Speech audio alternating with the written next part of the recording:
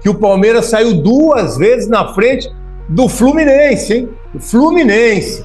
Não é nem um time que está brigando por título, não é nem um time que está incomodando lá na parte de cima da tabela, que está querendo ser campeão. Então o Palmeiras é irreconhecível, não dá para entender o que está acontecendo com o Palmeiras.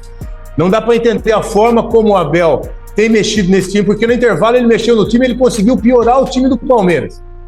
A mexida do Abel no intervalo piora o time do Palmeiras. O Palmeiras ficou do primeiro minuto do segundo tempo até o 30º minuto, quando ele mexe e dá uma arrumada, dá uma melhorada, dá uma arrumada, o Palmeiras dá o primeiro chute no gol.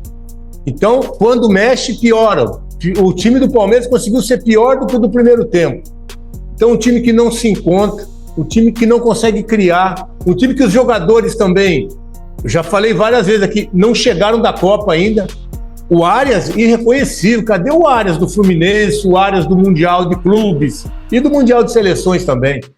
Não está jogando nada. Não é possível que um jogador com a experiência do Arias, com a categoria, com a capacidade técnica que ele tem, ele não pode ouvir a torcida do Fluminense vaiando ele. Será que é isso? Aí eu fico pensando, será que é isso? E foi feito justiça no Maracanã. O Fluminense vira o jogo no final. Gol do grande ídolo do Fluminense, Germancano. E a pergunta é: vão pagar a mocinha pra me contrapor? Tô esperando me contrapor. Porque quando a gente critica, não pode criticar, não. Não pode. Eles não aceitam críticas. Eles acham que eles são os deuses do futebol. Calma. A soberba precede a queda.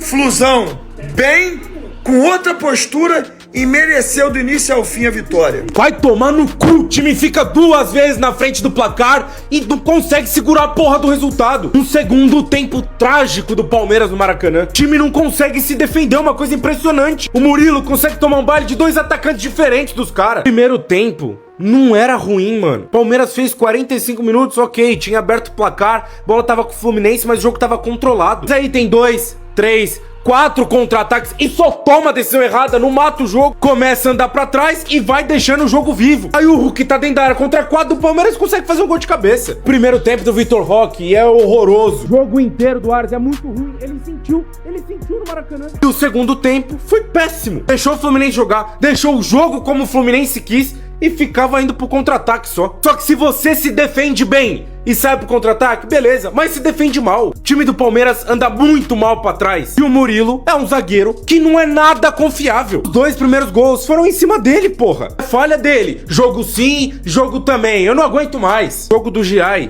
Péssimo jogo do Giai pelo lado direito, marcando muito mal e tendo muita dificuldade pra atacar, mano. E desculpa, o Marlon Freitas sem bola precisa ser mais ativo, não tem jeito. É revoltante, você faz um gol aos 40 minutos pra ganhar o jogo e não consegue garantir, não consegue segurar a vitória, porra. Hoje tinha que ganhar na porra do Maracanã. Ainda perdeu o Sousa pro jogo da Libertadores, pô, uma tragédia completa. Não, o ano não acabou, mas precisa responder de qualquer jeito na quarta-feira, se vira.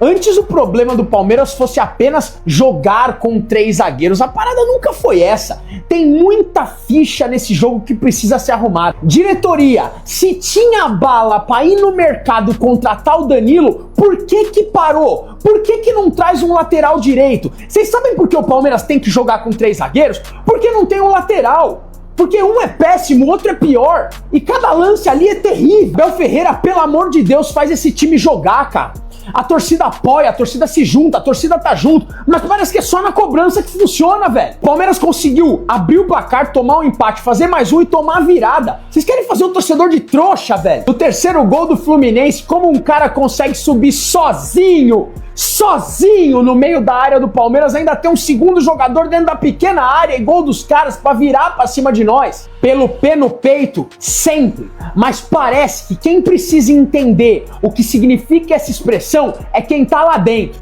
Que virada do Fluminense no Maracanã. Fluminense que não vencia há 8 jogos.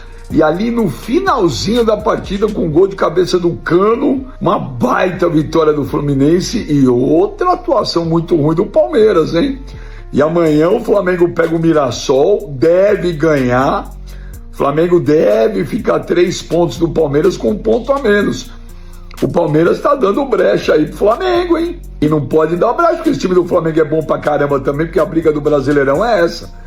Mas o Palmeiras mais um jogo muito mal, óbvio, não vamos tirar os méritos do Fluminense que jogou muito. O Carlos Miguel falhou hoje? Não falhou, mas o terceiro gol, não sei lá. Mas não vamos tirar o mérito também de uma jogada do Guga incrível, pegou uma bola perdida e o Cano fez. Péssimo resultado pro Palmeiras, outro. Que virada do Fluminense pra cima do Palmeiras, hein? Cara, o Cano entrou em campo e ele decidiu o jogo. O Cano mesmo ainda muito fora de forma, ele entra, dá uma cabeçada linda na trave pro primeiro gol e faz esse segundo gol, ó. O Guga faz uma baita jogada e olha o Cano, ó. O Cano entrou e decidiu o jogo pro Fluminense. Fluminense tava a 8 jogos sem vencer. O Marcão assume o Fluminense. Sempre que o Marcão assume o Fluminense, ele assume bem. Diga-se de passagem, Fluminense jogou muito bem o jogo. Palmeiras até jogou muito bem também no segundo tempo. Mas que virada do Fluminense, com o Cano sendo decisivo, cara.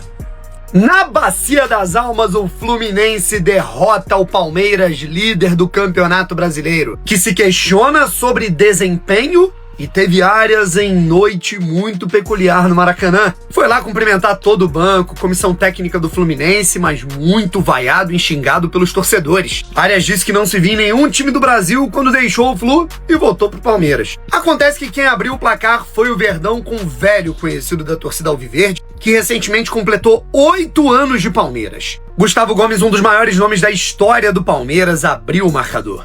Pouco antes, o Fluminense já havia chegado no chute perigoso de Canóbio que o Carlos Miguel pegou em 2 tempos. Eis que veio a redenção. Cruzamento do próprio Canóbio após bom passe de Ganso e gol de Hulk. Vaiado nos últimos jogos, marcou e agradeceu muito. Tava buscando esse gol. E aí tivemos mais uma polêmica no Campeonato Brasileiro, bola na mão do Giai, torcedor tricolor pediu pênalti, já vimos alguns parecidos marcados. Entretanto, a arbitragem disse que a bola pegou primeiro na cabeça do Giai. E quando o jogo se desenhava para 1-1, Palmeiras não jogando tão bem, ligação direta, casquinha do Flaco e gol de Maurício. Tá jogando demais, desde a Copa do Mundo. Só que o Fluminense teve uma reação relâmpago com Serna. E na reta final do jogo, veio a explosão tricolor. Noite de redenções de quem sempre esteve acostumado a fazer esse Maracanã de tricolor. Pulsar, mas estava num outro ritmo nos últimos meses e tratou de marcar um gol no último lance do jogo. O gol foi do ídolo Germán Cano. Fluminense 3, Palmeiras 2. Lembrando que até os 37 do segundo tempo esse jogo estava 1-1. O Palmeiras tem 48 pontos e pode ver o Flamengo encostar ainda mais, com 2 jogos a menos. Já o Fluminense conquista uma vitória importante, volta a encostar no Atlético Paranaense, está na 4ª posição e é uma vitória fundamental para revigorar os ânimos pensando nas oitavas de final da Libertadores.